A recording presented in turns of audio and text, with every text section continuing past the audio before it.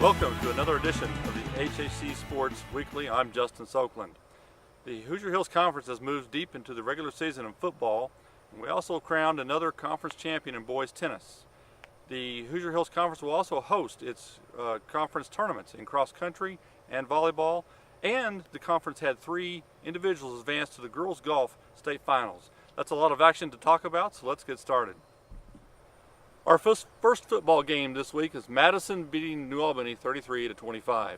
The Cubs continue to be one of the surprise stories in the league. They're now 3-1 in the conference, their best start in HHC play since 1989.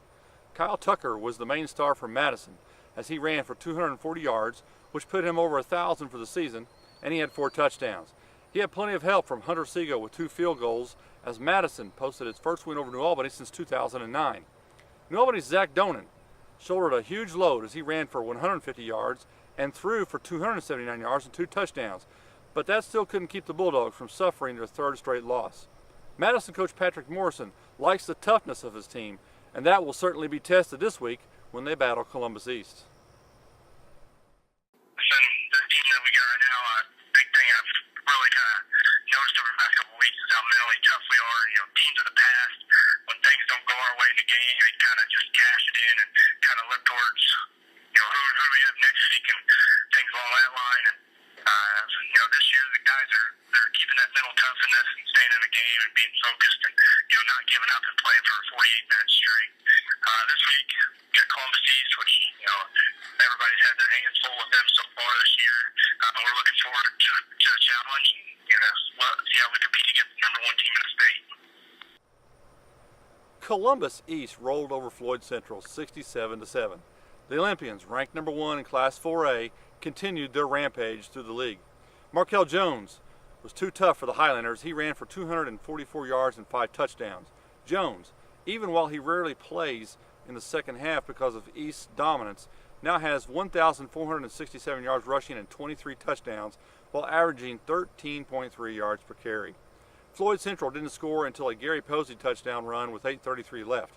Posey had 68 yards for Floyd, who missed the services of senior running back Gage Klingsmith. Don't think that would have mattered much. Floyd Central coach Brian Gleasing was obviously impressed by the Olympians, who have now won 53 straight league games. Their O-line just dominates. They do a great job with their zone blocking, and you cannot. They take small splits, and you can't. There's no seams in there for linebackers to get through. They do a great job of coming off the ball. And then you throw in a Division I running back in there as well, and that makes it even tougher. They're just very sound. They're big. They're strong. They're well coached. And that's a formula for lots of success. Bedford North Lawrence continued its role as it beat Jennings County 26-12.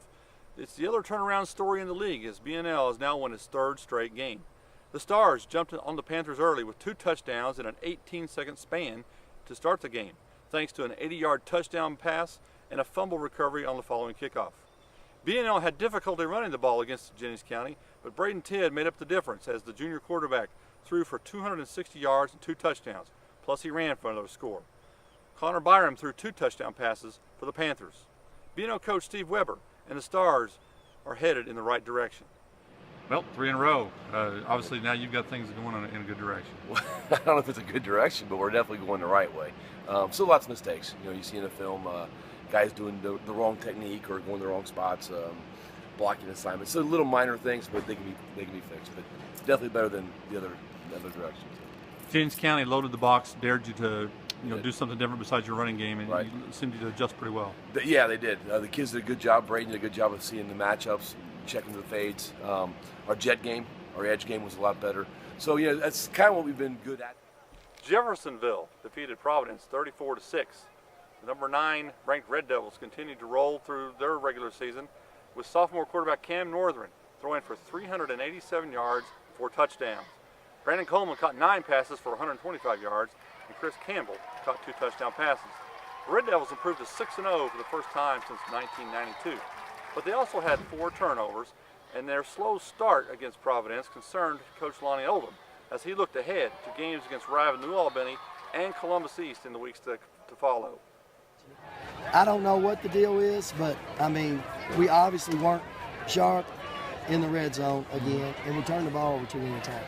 You know, the block kick, or a guy was going to block the punt, and he ran into the kicker. That was a turnover. And you can't give them the ball because then they just limit your minutes. We did really well on defense. I'm proud of our defense. We shut that guy down. Yep. I mean, really, they had one nice little run, and they ended up scoring on it, and that was off of a turnover. It didn't seem like they were able to match up with your size and kind of your power up front with Lively and Hall. And, Lively had a great game. Yeah. He played really well tonight, and he had a lot of good plays in the backfield.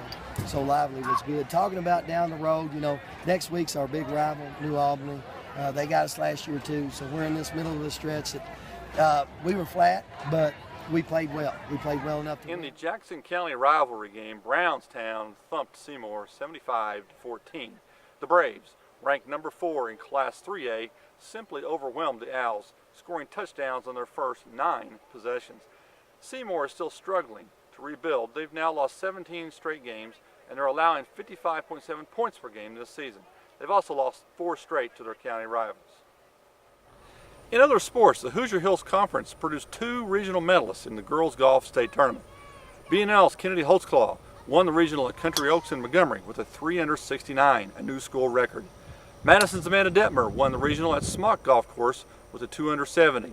That talented twosome, along with Floyd Central's Morgan Stanley, will compete in the IHSAA state finals at Prairie View in Carmel on Friday and Saturday. Also, in boys tennis, the Hoosier Hills Conference crowned another champion. Congratulations to number 6 Jeffersonville, which won the HHC boys tennis tournament for the 3rd straight year. The IHSAA conducted the draw for the soccer state tournaments, and here are the pairings. In Class 2A boys at Floyd Central will face Silver Creek, and that winner will meet New Albany. Jeffersonville will face Corydon. At Edgewood, Bedford North Lawrence will play Bloomington South.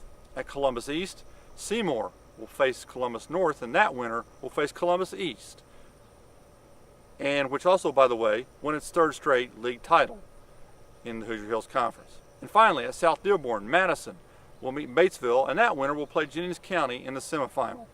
In 2A girls, at Floyd Central, Jeffersonville will face New Albany, and Floyd Central will meet Silver Creek.